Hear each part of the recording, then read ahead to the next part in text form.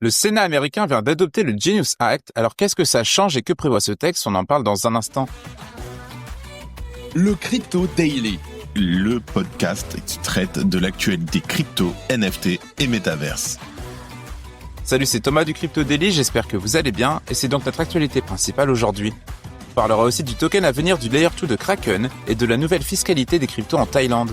Mais avant tout ça, et comme d'habitude, le coin du marché. Here comes the money. here we go. Le marché est dans le rouge en ce milieu de semaine. Le Bitcoin baisse de 1,4% pour un prix de 104 850$. L'Ethereum perd aussi 1,4% et se situe à un prix de 2530$. Le XRP et le BNB perdent respectivement 2,7% et 1,1%. Le Sol chute de 2,2% et le Tron de 1,5%. Le Doge baisse de 0,9% et enfin l'ADA perd 2%. Le Genius Act est adopté par le Sénat américain. La loi Genius a été adoptée par le Sénat à 68 voix contre 30 avec le soutien de 18 démocrates. Le texte prévoit de confier la supervision des stablecoins à la Réserve fédérale qui devra s'assurer que les émetteurs de ces jetons numériques respectent certaines normes de sécurité et de transparence. La loi oblige également les émetteurs de stablecoins à détenir des réserves en dollars ou en actifs liquides équivalents pour garantir la parité de leur token avec le dollar. Pour le sénateur Haggerty, la loi Genius est nécessaire pour protéger les consommateurs et favoriser l'innovation dans le domaine des stablecoins qui sont de plus en plus utilisés comme moyen de paiement rapide et peu coûteux. Il estime que cette législation permettra aux États-Unis de rester compétitifs face à la Chine, qui développe également son propre yuan numérique.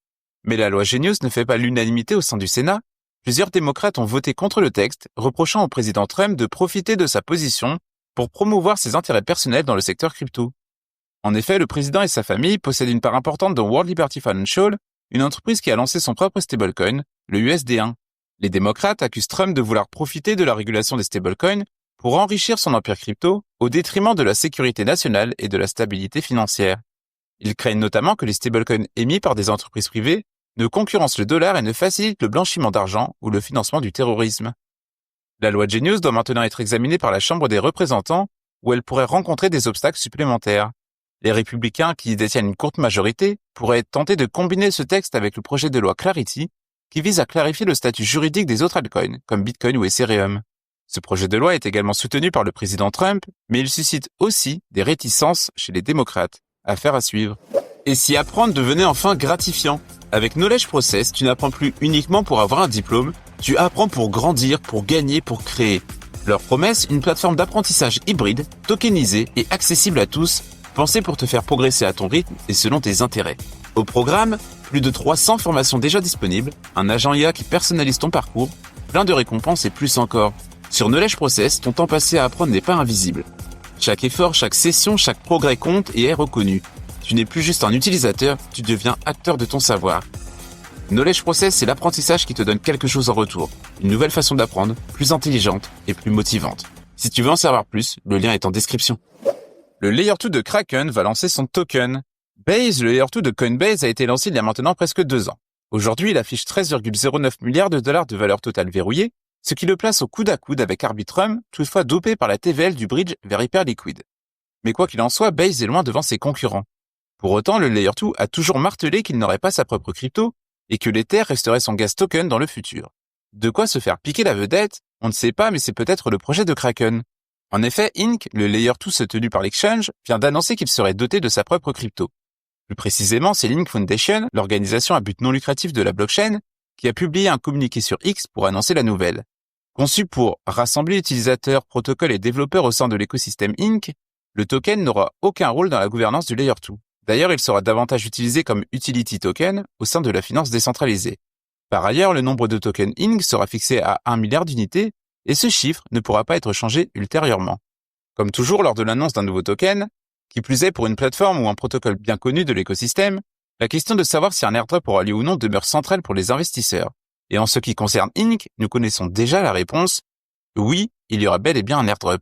Bien que la publication indique clairement que d'autres détails seront prochainement communiqués à ce sujet, nous savons déjà que l'un des premiers cas d'usage du token Inc. se trouvera sur une pool de liquidité du protocole AAV. C'est à travers ce premier cas d'usage qu'un airdrop de token Inc. aura lieu, et les modalités de ce premier airdrop seront communiquées prochainement, mais il est déjà précisé qu'un travail sera effectué pour barrer la route aux Sybil et aux outils automatisés de farming d'airdrop. Notons que la fondation ne s'interdit pas de faire plusieurs airdrops. Si tu aimes le Daily, une note et un commentaire nous aident énormément. Aussi, si tu ne veux rien rater de l'actualité, abonne-toi. La Thaïlande supprime l'impôt sur les plus-values crypto. La nouvelle est tombée, le gouvernement thaïlandais supprime purement et simplement l'impôt sur les plus-values crypto pour les particuliers jusqu'au 31 décembre 2029. Mais attention, pas pour tout le monde. Seules les opérations effectuées via des plateformes régulées, exchanges, courtiers ou brokers agréés, bénéficieront de cette exonération fiscale. L'objectif est clair, faire de la Thaïlande un hub mondial des actifs numériques, et la stratégie, elle, attirer les investisseurs étrangers, soutenir l'innovation locale et dynamiser une économie encore dépendante du tourisme. Contrairement à d'autres pays qui tâtonnent encore, la Thaïlande avance avec méthode.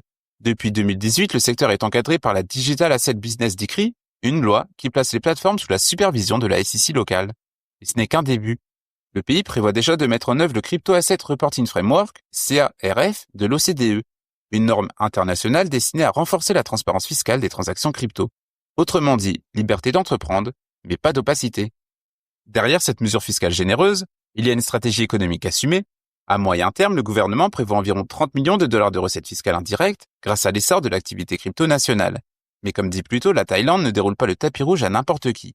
En mai dernier, la SEC a ordonné le blocage de plateformes non autorisées comme Bybit, Coinex, OKX ou XT. Le message est limpide, seul l'écosystème régulé aura sa place sur le marché local. Autre signe fort, en janvier 2025, le pays envisagerait déjà de lister des ETF Bitcoin sur ses bourses. Une décision qui placerait la Thaïlande aux côtés des juridictions les plus avancées du secteur, comme les États-Unis ou Hong Kong. Et alors que de nombreux pays européens peinent à clarifier leur fiscalité crypto, Bangkok envoie un signal fort, l'innovation peut rimer avec stabilité réglementaire. Et cette combinaison pourrait bien transformer la Thaïlande en Eldorado pour les entreprises Web3 d'Asie et d'ailleurs. Et voilà, c'est fini pour nos 3 news principales du jour, et on passe maintenant aux brèves. JD s'intéresse au secteur des stablecoins. JD, via sa filiale JD CoinLink, prévoit de demander des licences de stablecoins dans tous les grands marchés à monnaie souveraine afin de faciliter les paiements B2B internationaux avec des tests déjà réalisés à Hong Kong.